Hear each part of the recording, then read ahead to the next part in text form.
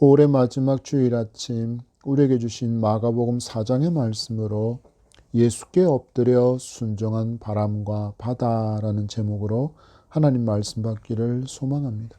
제가 참 좋아하는 시와 그림의 항해자라는 찬양이 있습니다. 나 비로소 이제 깊고 넓은 바다 간다. 두려움에 떨고 있는 내 손을 주님은 결코 놓치지 않으셨다. 나 비로소 이제 폭풍우 뚫고 간다.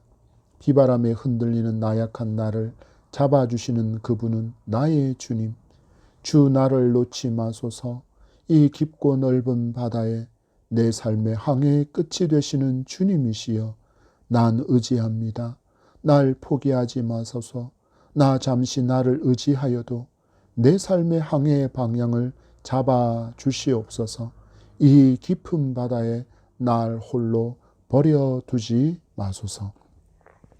믿음의 길이 망망대해를 지나는 항해로 노래하고 있는 이 찬양은 예수께서 삶이라는 이름의 배에 선장이 되신다라는 것을 분명하게 고백하는 찬양이라 할 수 있습니다.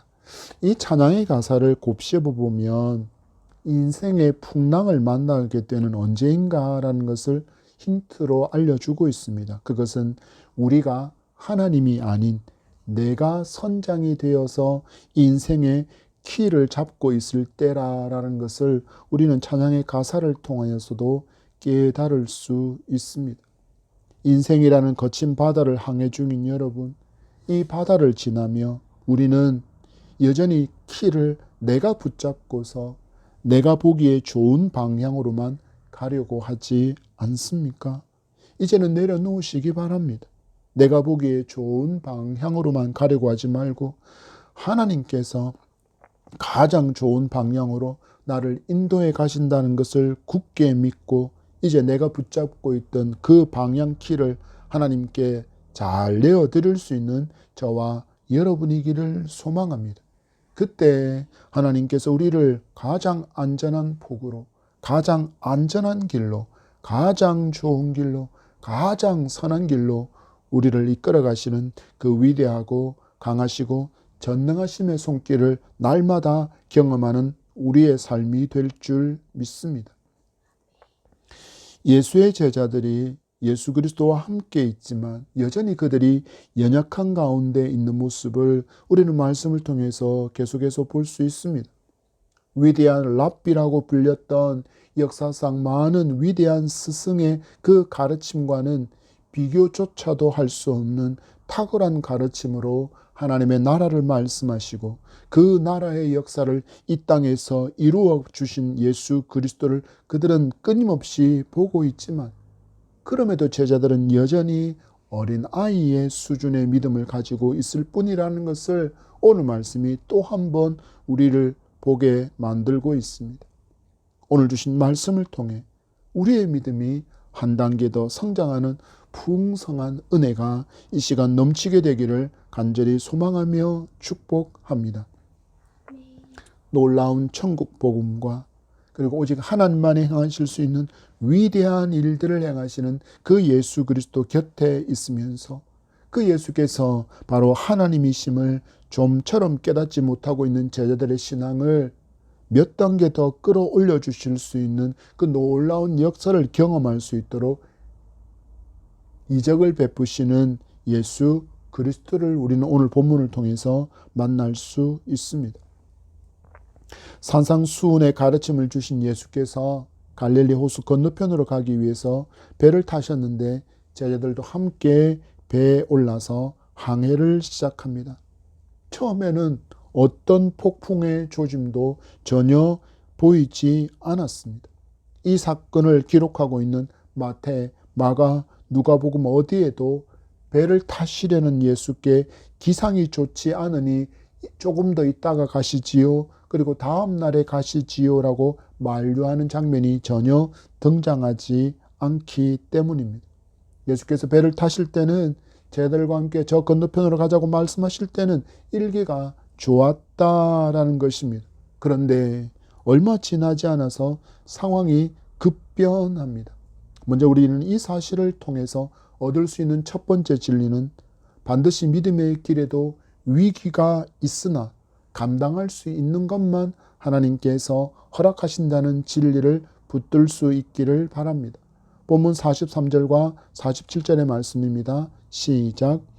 그날 저물 때 제자들에게 이르시되 우리가 저편으로 건너가자 하시니 그들이 무리를 떠나 예수를 배에 계신 그대로 모시고 가매 다른 배들도 함께 가더니 큰 광풍이 일어나며 물결이 배에 부딪혀 들어와 배에 가득하게 되었더라. 아멘. 여러분, 보통 사람들이 종교를 갖고 그 종교의 가장 정점에 있는 신을 숭배하는 이유가 무엇일까요? 저 존재는 나 자신보다는 더 큰 능력이 있는 존재라고 믿는 것이고, 그래서 자기가 지금 마주하고 있는 어려움을 그의 도움 가운데 이기고 벗어날 수 있기를, 더 나아가서는 그를 통하여 형통한 삶을 누리고자 하는 그 기대와 믿음 때문에 보통 사람들은 종교를 갖게 됩니다. 예수 그리스도를 구주로 믿기로 선택한 사람들 역시 처음에는 이와 비슷한 이유로 교회를 오게 됩니다. 우리가 지금 누리는 것처럼 곧장 죄 사함의 은총과 대속의 그 은총이 너무나도 감사하고 감격해서 예수 그리스도를 믿겠다고 선택하는 사람은 그렇게 많지 않습니다. 그럼 어떻게 알게 되어집니까? 계속해서 복음의 말씀을 듣게 되고 이를 통해서 하나님도 알게 되고 하나님께서 예수 그리스도로 보여주신 그 놀라운 사랑과 대속의 은혜를 알게 되고 깨닫고 믿게 된 후에야 우리는 그 사랑에 대해서 깊은 감사와 찬상을 돌리게 되는 그런 성장을 경험할 수 있게 된 것이지, 우리도 처음부터 예수 그리스도의 구속과 대속의 은혜에 감사하고 감격해서 예수 그리스도께로 나아온 것이 아니라는 것입니다. 많은 경우는 보통 사람들이 다른 종교를 믿게 될 때와 같은 그런 동기, 그 기대를 안고 교회에 오게 됐다라는 것입니다. 그 이유들이 무엇일까요? 육체의 병듦도 한 이유가 될 것입니다. 육체가 병들었습니다. 사업에 실패하고 삶의 경제적인 심각한 어려움이 닥쳤을 때 슬픔과 고통의 일을 마주하고 일어날 힘을 전혀 다 잃어버리고 주저앉아 있는 그때, 다른 사람과의 관계가 너무 힘들어서 삶이 고난 가운데 있을 때, 자녀의 방황으로 고통스럽고 삶이 너무 어렵고 힘겨움으로 학업의 문제와 직장의 문제와 결혼의 문제 등 각종 그 모든 문제들 앞에 자기의 힘으로 해결해 보려고 가전 방법을 동원하고 또 동원해 보았지만 아무런 해결의 기미도 보이지 않을 그때에 전도자가 건넨 그 복음 전도지가 내 마음을 울리고 교회라도 한번 가볼까 하는 그 마음으로 교회 가면 그래도 이 막힌 모든 길들이 열리지 않을까 하는 그런 기대를 안고 보통은 교회를 오게 되는 것입니다. 여러분, 근데 어땠습니까? 교회 와서 여러분의 삶의 힘겨움과 숙제와 같은 그 문제가 단번에 싹 하고 정리되고는 더 이상 고민하지 않아도 될 정도의 모든 것이 순조롭게 순항하고 있습니까? 그 중에는 오히려 예수 믿기 전보다 더 어려운 상황을 마주한 분도 분명히 있을 것입니다. 더 어렵고 더 힘겹고 더 버겁고 무거운 일들에 겹겹이 쌓여진 채 계속해서 의심의 꼬리표만 더 늘어나 있는 분들도 분명히 있을 것입니다. 예수 믿으면, 저 위대한 신을 믿으면 뭔가 형통하고 잘되고 술술술 인생도 가속도가 붙지 않을까 하고 기대했는데, 아니 이게 뭐야, 더 힘들잖아, 더 어렵잖아. 정말 하나님은 계시는 거야? 존재하는 거 맞아? 정말 저 목사가, 저 사람이 말했던 예수가 도와주는 것 맞아? 그가 도와주었다면 이런 상황이 나에게 펼쳐지면 안 되는 것 아니냐 하고 그렇게 속으로 끊임없이 의심의 꼬리표만 늘어나는 분도 분명히 있을 것입니다. 이런 의심을 마주하게 될 때 우리는 기억해야 합니다.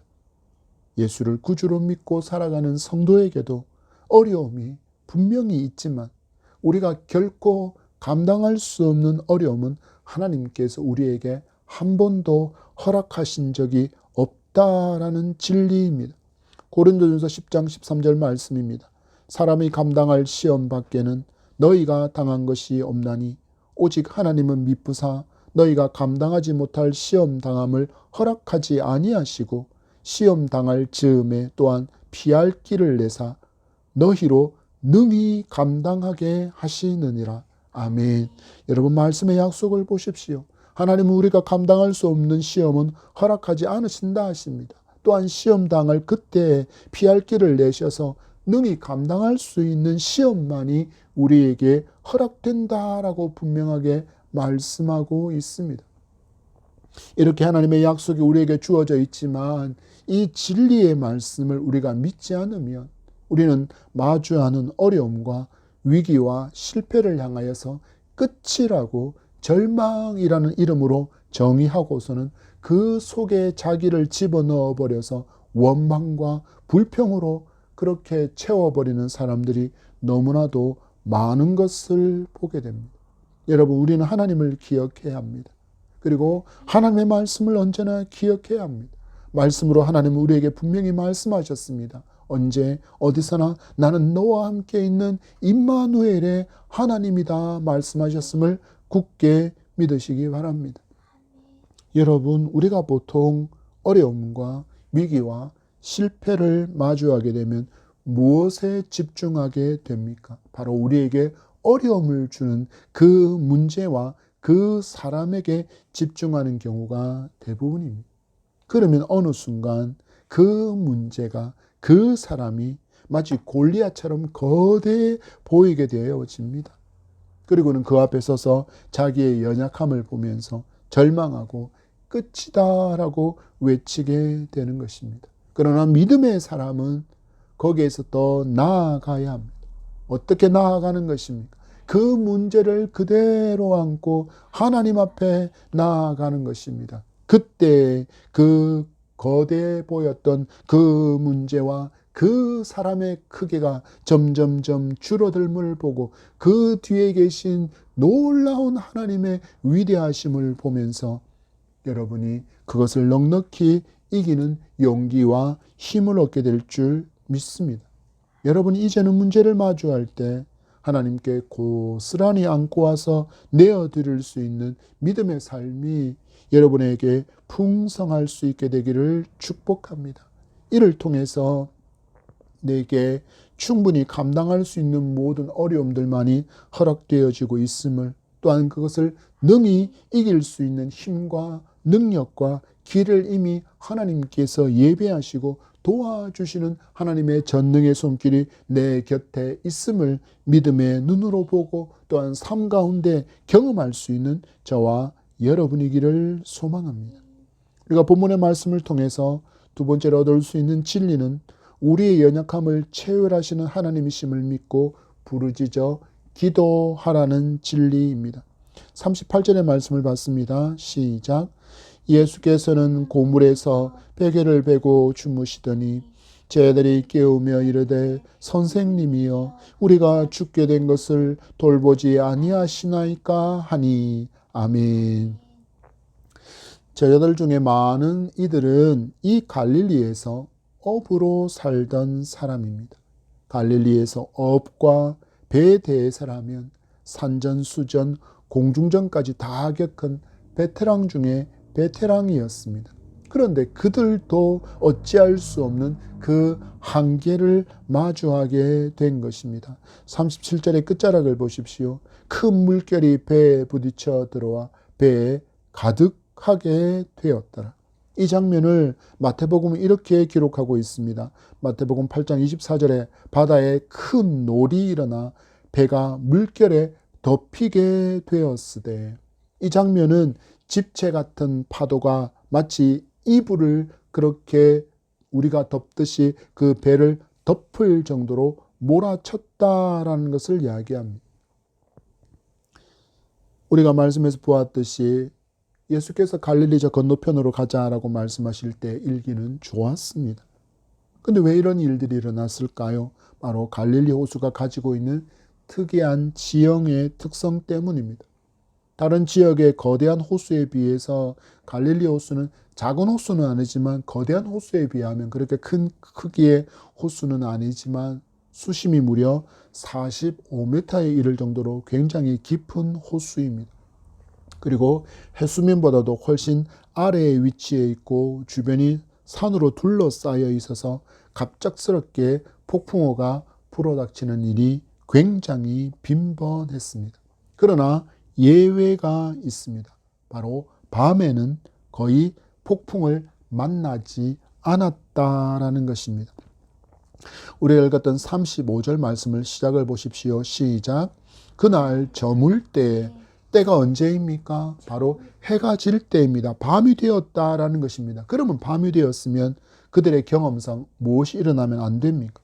폭풍이 일어나면 안 되는 그때 그들은 이 밤에 이 거대한 폭풍을 만날 것이라고는 전혀 예상하지 못했습니다. 그런데 그들의 예상과 달리 지금까지의 경험과 그들이 가지고 있던 기술로는 어찌할 수 없는 한계의 상황을 그들이 마주하게 된 것입니다. 당황해서 겁먹고 공포에 질려 있는 그 제자들 뒤로, 그 뱃사공들 그 뒤로 이 상황과 전혀 어울리지 않는 듯한 한 사람이 등장하고 그 형편을 성경은 아주 담담하게 기록하고 있습니다. 무엇입니까? 38절을 보십시오. 예수께서는 고물에서 베개를 베고 주무시더니 제자들이 깨우며 아멘. 여러분, 배를 집어삼킬 만한 거친 파도가 몰아치고 바람이 부는 가운데 깊이 잠들어 계신 예수 그리스도의 모습이 기록되고 있습니다. 그림으로 본다면 뭔가 전혀 조화롭지 못한 모습입니다.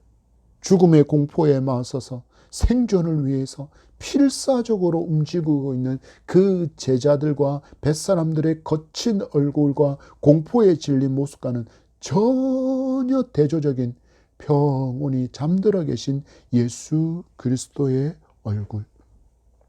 이 장면은 우리에게 두 가지의 사실을 알려주는 것입니다. 첫 번째로 예수께서 공생의 사역이 얼마나 육체적으로 고통스럽고 고된 일이었는지를 알려주는 것입니다. 또한 지금 일어나고 있는 이 거센 바람과 거친 파도와 그 모든 것들이 잠들어 계신 예수 그리스도를 깨울 만한 일이 전혀 되지 못한다라는 것을 알려주는 것입니다. 당시의 기록을 보면 배에는 신분이 높은 사람을 위해서 이 고물에다가 양탄자를 깔고 의자나 베개를 준비해 두었다고 합니다. 오늘 본문의 말씀은 이 베개를 표현할 때 정관사를 붙여서 사용하고 있기에 이 배에는 베개가 딱 하나뿐이었고 그 베개를 베고서 예수께서 주무시고 있었음을 보여주고 있습니다. 제자들은 자기들이 할 수 있는 최선의 노력을 다했을 것입니다. 이와 비슷한 폭풍우를 만난 적이 있었을 것이기 때문입니다. 목숨을 걸 일이었습니다. 목숨이 걸린 일이었기에 그들은 사력을 다해서 바람과 파도를 가르며 스승이신 예수께서 가시고자 했던 그 목적지로 방향을 그렇게 잡아보았지만 그들의 모든 노력이 허사가 된 후에 그들은 깊이 잠들어 계신 예수를 깨우며 부르짖습니다. 선생님이여, 우리가 죽게 된 것을 돌보지 아니하시나이까? 우리는 계속해서 살펴보고 있지만 여전히 제자들에게 예수 그리스도는 선생님일 뿐입니다.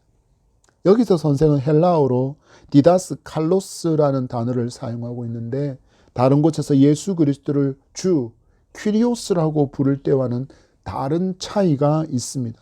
바로 이 디다스 칼로스는 메시아로서의 어떤 위엄과 어떤 속성도 포함되지 않은 단순하게 구약의 말씀을 가르치는 교사라는 그 의미로만 지칭할 때 사용되는 단어가 바로 디다스 칼로스였기 때문입니다.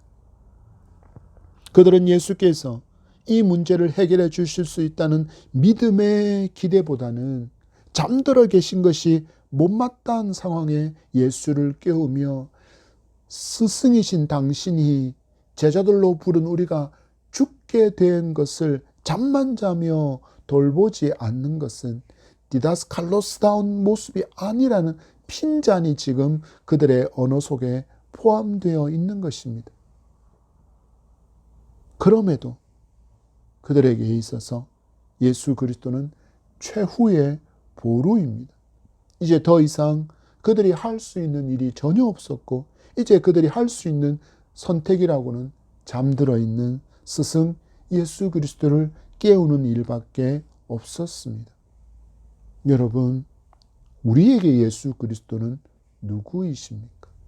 세상 사람들이 말하는 4대 성인 중에 한 사람에 불과합니까?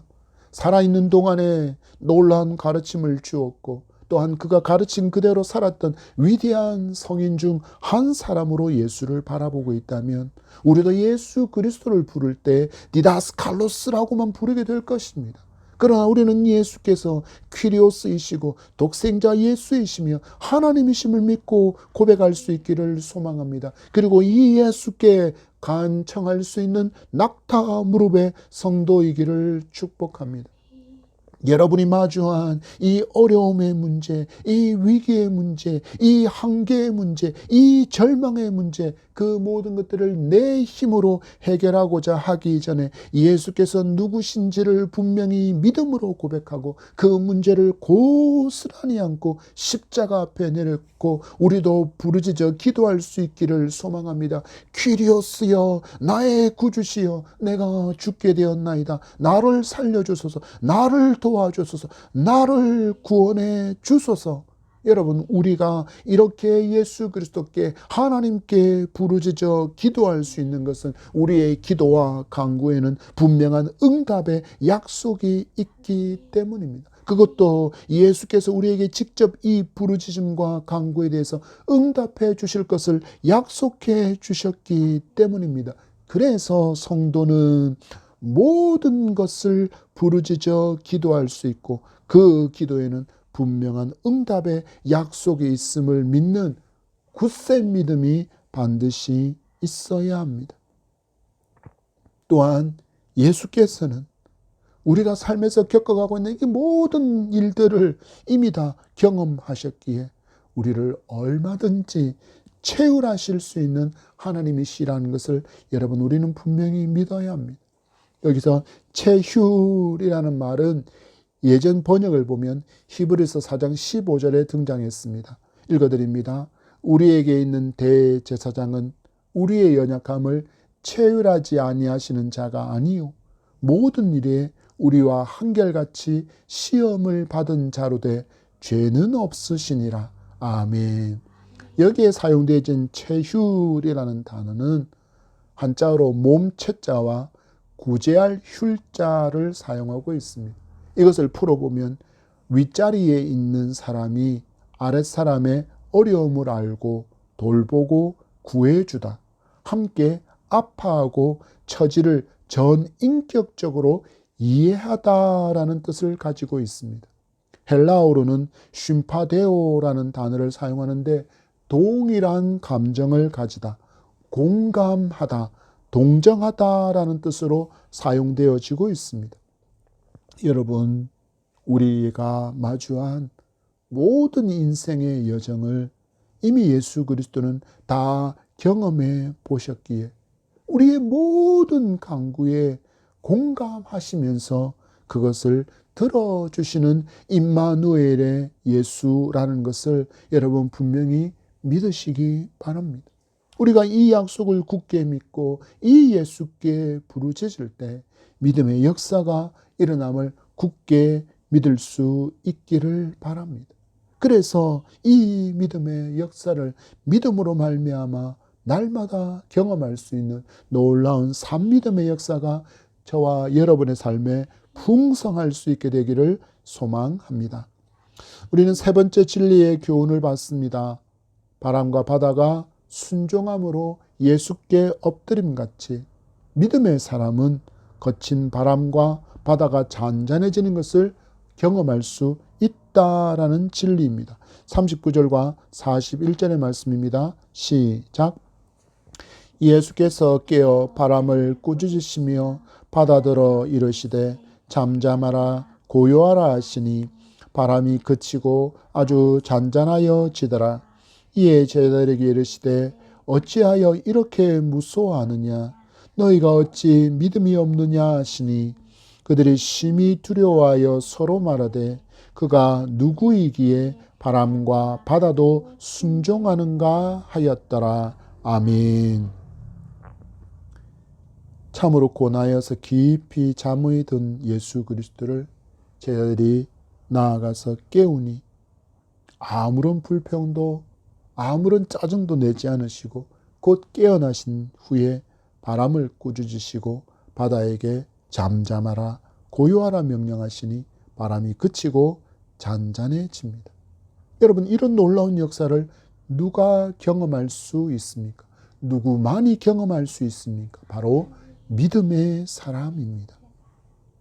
제자들은 하나님이신 예수께서 곁에 계심에도 불구하고 예수 그리스도를 하나님으로 믿지 못하고 있었습니다. 여러분, 성도도 마찬가지입니다. 교회를 다니면서도 하나님이 누구신지, 어떤 일을 하셨는지, 지금도 나를 위해서 일하시는 하나님이신 것을 믿지 못하면 성경의 역사가 내 것이 되지 않습니다. 곧 하나님의 말씀에 살아있음과 하나님의 살아계심을 좀처럼 경험하지 못하게 된다라는 것입니다. 그렇다면 이와 같은 삶 믿음의 경험을 위해서 우리는 무엇을 믿어야 합니까? 바로 하나님께서 창조주 하나님이신 것을 믿어야 합니다. 예수께서 나의 구원자이시며 하나님의 독생자이심을 믿어야 합니다. 성령께서 보혜사로 성전인 내 안에 거하고 계신다라는 그 사실을 믿어야 합니다. 예수께서 제자들에 대해서 진단하시는 것을 주목해 보시기 바랍니다. 어찌하여 이렇게 무서워하느냐? 너희가 어찌 무엇이 없다 말씀하십니까? 믿음이 없느냐? 지금 예수께서는 누구에 대한 믿음이 없음을 질타하고 계신 것입니까? 바로 예수께서 하나님이심을 믿는 믿음이 없음에 대한 지적입니다. 지금까지 예수께서 가르치신 천국복음과 지금까지 예수께서 보여주신 오직 하나님만이 행하실 수 있는 그 놀라운 역사를 그들이 보면서도 예수 그리스도를 하나님으로 믿는 믿음이 그들에게 없었다라는 것입니다. 예수께서 보여주신 이적과 기사는 대부분 오직 하나님만이 하실 수 있는 것들이었습니다. 그렇다면 그들은, 제자들은, 주변의 사람들은 이러한 기적을 보면서 예수 그리스도에 대한 믿음의 수준이 상승되어져 있어야 했습니다. 디다스칼로스, 우리의 랍비라는 그 수준에서 퀴리오스로, 그리고 아도나이라는 예수 그리스도를 향한 믿음의 수준이 성장해야 했지만 제자들은 여전히 예수를 디다스 칼로스로만 보고 있는 것을 말씀하시며 예수에 대한 믿음이 없음으로 말미암아 굉장히 비겁한 겁쟁이처럼 바람과 바다를 무서워하고 있다라고 지금 말씀하고 계신 것입니다. 예수께서 천국 복음을 가르치시고 하나님만이 행하실 수 있는 놀라운 일들을 경험하게 된 많은 이스라엘 백성들이 있었습니다. 그러나 그들은 예수 그리스도를 하나님이라고 생각하지 않습니다. 단순히 그들은 구약의 인물들과 비교하기 시작합니다. 구약 성경에 약속한 익숙한 이들은 그 약속을 기억하며 예수 그리스도를 그 인물들과 연결해서 평가하기 시작합니다. 여러분, 그들의 평가를 보십시오. 마태복음 16장 13절과 14절을 읽어드립니다. 예수께서 빌립보 가이사랴 지방에 이르러 제자들에게 물어 이르시되 사람들이 인자를 누구라 하느냐? 이르되 더러는 세례 요한, 더러는 엘리야, 어떤 이는 예레미야나 선지자 중에 하나라 하나이다. 이 답이 예수 그리스도는 별로 마음에 들지 않으셨습니다. 그래서 예수와 함께 있었던 제자들에게 물으셨을 때 칭찬받은 베드로의 신앙 고백이 등장합니다. 시몬 베드로가 대답하여 이르되 주는 그리스도시요 살아계신 하나님의 아들이시니이다. 아멘. 여러분, 우리가 삶에서 마주한 인생의 풍랑을 잔잔하게 만들 수 있는 은혜를 경험하게 될 수 있는 그 믿음이 무엇입니까? 바로 예수 그리스도께서 메시아임을 믿는 믿음이고 예수께서 살아계신 하나님의 아들이심을 믿는 것입니다. 그리고 예수께서 말씀하신 것처럼 요한복음 10장 30절 말씀에 나와 아버지는 하나라 말씀하신 그 말씀대로 바로 예수께서 하나님이심을 믿는 믿음이 우리에게 있어야 한다라는 것입니다. 바람을 꾸짖고 바다를 명하여 잔잔하라 하실 때 바람과 바다가 주 앞에 엎드려 순종한 것을 경험한 이 사람들의 안타까운 반응을 보십시오. 그가 누구이기에 바람과 바다도 순종하는가? 이게 누구의 반응이라고요? 예수 그리스도를 하나님으로 믿지 못하는 사람들, 예수 그리스도를 구주로 믿지 못하는 사람들의 반응이라는 것입니다. 교회는 다니고 있지만 아직 이런 신앙의 수준에 이르지 못한 사람들은 여러분 이 시간 말씀을 주의 깊게 들으셔야 합니다. 세상에 어떤 우상이 바람과 바다를 순종하게 할 수 있으며 그 앞에 엎드리게 할 수 있습니까? 없습니다. 이 모든 일이 가능한 것은 세상 만물을 창조하신 오직 하나님 한 분밖에는 없습니다. 여러분, 그렇다면 누구를 나의 구주로, 누구를 나의 신으로, 나의 하나님으로 믿어야 합니까? 바로 성경이 밝히 보여주는 여호와 하나님, 스스로 계신 하나님을 우리는 믿어야 합니다. 유일하신 구원의 이름 예수 그리스도를 나의 구주로 믿어야 합니다. 나를 성전 삼아 거하시는 성령 하나님을 믿어야 합니다. 이런 믿음을 가진 우리에게 놀라운 기적이 있음을 굳게 믿으시기 바랍니다. 여러분, 우리는 믿음을 살아가면서 내게 일어난 기적이 너무 세상적인 것으로 연결될 때가 많습니다. 크고 강하고 넓고 깊고 명성이 드러나는 그런 빛과 번쩍한 그런 일들을 우리는 최고의 기적이라고 자꾸 연결하고 있지만 여러분, 우리에게 일어난 우리가 믿음으로 말미암아 얻게 된 최고의 기적은 바로 죄인인 저와 여러분이 죄 사함을 받아서 하나님의 자녀가 된 것인 줄 믿기 바랍니다. 이것에 참으로 감사하며 찬송과 영광과 존귀를 올려드릴 수 있는 우리이기를 간절히 소망합니다. 그런데 제자들도 배에 타고 있는 선원들도 예수께서 행하신 일, 하나님만이 하실 수 있는 이 위대한 일을 보면서도 그들에게 바른 신앙 고백이 없습니다. 그들은 단지 두려워할 뿐입니다.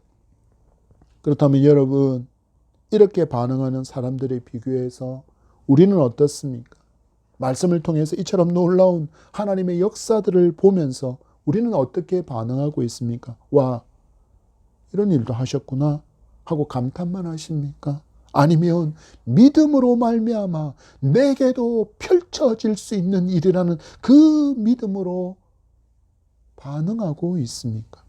로마서 10장 17절은 말씀합니다. 그러므로 믿음은 들음에서 나며 들음은 그리스도의 말씀으로 말미암았느니라. 아멘. 이 말씀에 의지하면 성경의 말씀을 들으면 들을수록 우리의 견고한 믿음이 우리의 믿음이 더욱더 견고한 믿음으로 자라야 한다라는 것을 말씀하고 있습니다. 그래서 예수께서 제자들에게 질문하십니다. 너희가 나를 향한 바른 믿음이 있었다면 너희가 마주한 삶의 파도와 바람을 보면서 이렇게 비겁하게 두려워하지는 않았을 것이다. 너희는 지금 나를 향한 어떤 믿음을 가지고 있느냐? 우리를 향하신 이 예수 그리스도의 질문에 여러분은 어떻게 대답할 것입니까? 베드로의 고백이 저와 여러분에게 예수께서 질문하시는 이 질문에 대한 분명한 신앙 고백이 되기를 축복합니다. 시몬 베드로가 대답하여 이르되 주는 그리스도시요 살아계신 하나님의 아들이시나이다. 여기에 대해 예수 그리스도가 하나님이심을 굳게 믿는 저와 여러분이기를 축복합니다. 말씀을 맺습니다. 은혜 가운데 우리는 또 개인적으로 슬픔의 위를 당한 5월이지만 은혜 가운데 또 5월에 우리는 한 주간 마지막 시간들을 보내고 6월도 다음 주에 맞이하게 될 것입니다. 어느새 이렇게 한 해의 반이 지나려고 합니다. 여러분, 새해를 맞아서 세웠던 그 믿음의 결단과 여러분의 삶은 어떻습니까? 잘 진행되고 믿음은 성장하여 이전보다 더 견고해지고 있습니까? 바라고 원하기는 더 성장한 견고한 믿음의 사람이 되기를 축복합니다. 오늘 주신 말씀을 굳게 붙들고 우리 한 주간을 살아내 볼 수 있기를 바랍니다. 내가 구주로 믿는 예수 그리스도는 바로 창조주 하나님이시며 나의 구원자이십니다. 그분의 음성 앞에 바람과 바다가 잔잔해지며 순종함을, 엎드려 순종함을 우리는 말씀으로 보았습니다. 주신 교훈의 말씀과 바른 신앙의 고백을 굳게 붙들고 믿음으로 살아갈 때 우리를 가로막는 거친 바다도 휘몰아치는 거센 바람이라고 할지라도 여러분 앞에 잔잔해지는 그 순종의 역사를 우리도 믿음으로 경험하게 될 줄 굳게 믿으시기 바랍니다. 이제 열흘 정도 지나면 대한민국 21대 대통령 선거가 있습니다. 남은 시간 동안 하나님 마음에 합한 자, 하나님을 경외하고 수치와 부끄러움을 알고 정의와 공의의 잣대 앞에 자기를 세우며 또 정의와 공의로 백성을 다스리는 그런 대통령이 선출될 수 있도록 하나님의 선한 인도하심이 이 민족 가운데 있기를 기도하는 저와 여러분이기를 소망합니다. 또한 백성들이 정치인들과 이념과의 거짓 선동에 속지 않고 바른 것을 분별해서 볼 수 있는 지혜의 눈을 얻을 수 있도록 기도하며 바른 선택을 위해서 함께 기도하는 저와 여러분의 삶이 되기를 소망합니다. 주신 말씀 기억하면서 굳세고 강하고 담대하고 바른 믿음으로 우리에게 펼쳐질 모든 날들 속에 하나님의 역사를 상식처럼 경험할 수 있는 그런 은혜의 성도, 날마다 그 기쁨 가운데 거하는 저와 여러분이 되기를 축복합니다.